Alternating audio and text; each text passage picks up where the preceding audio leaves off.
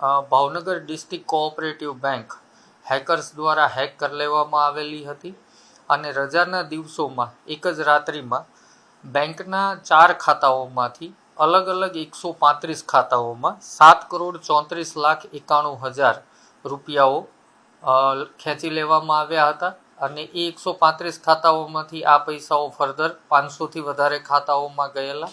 તો એનાલિસિસ કરતાં ધ્યાન પર આવેલ કે બેંકની જે CBS સિસ્ટમ હોય, કોર બેન્કિંગ સર્વિસ સિસ્ટમ હોય, એ જે કંપની હતી એના સર્વરમાં લૂપહોલ હતો, એટલે કે બગ હતો, જેનો આ આરોપીઓએ લાભ લીધેલો હતો.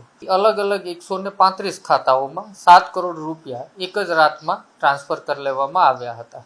એ સુશીલ વેગડાને પકડ્યા બાદ માલુમ પડેલ કે રૂબીના નામની સ્ત્રી એ ખાતામાંથી પૈસા લેતી હતી અને આ પૈસા ઉપાડવા માટે રૂબીના અને અદનાન ગયેલા હતા. તો રૂબીના, અદનાન અને સુશીલ વેગડાની ધરપકડ કરવામાં આવેલી. ત્યારબાદ પૂછપરછમાં માલુમ પડેલ કે મુંબઈથી નેટવર્ક ઓપરેટ થતું હતું. મુંબઈના કિશોર પરદેશી જે હોમગાર્ડમાં નોકરી કરે છે મુંબઈ પોલીસ સાથે, એમની ધરપકડ કરવામાં આવી. તેમણે આરોપીઓને એવી ઓળખ આપેલી હતી કે હું પોલીસમાં છું, તમને કાંઈ તકલીફ નહીં પડે. એ રીતે એ પૈસા લેવામાં આવેલા. અત્રે સારી બાબત એ છે કે સાયબર સેન્ટર ઓફ એક્સેલન્સ દ્વારા જે આ 7 કરોડ રૂપિયા હેક કરવામાં આવેલા હતા એમાંથી 2 કરોડથી વધારે રકમ તાત્કાલિક ફ્રીઝ કરી દેવામાં આવેલી, જેથી આરોપીના હાથમાં ન જઈ શકે. આમ આ ગુનામાં 4 આરોપીઓની ધરપકડ કરવામાં આવેલી છે.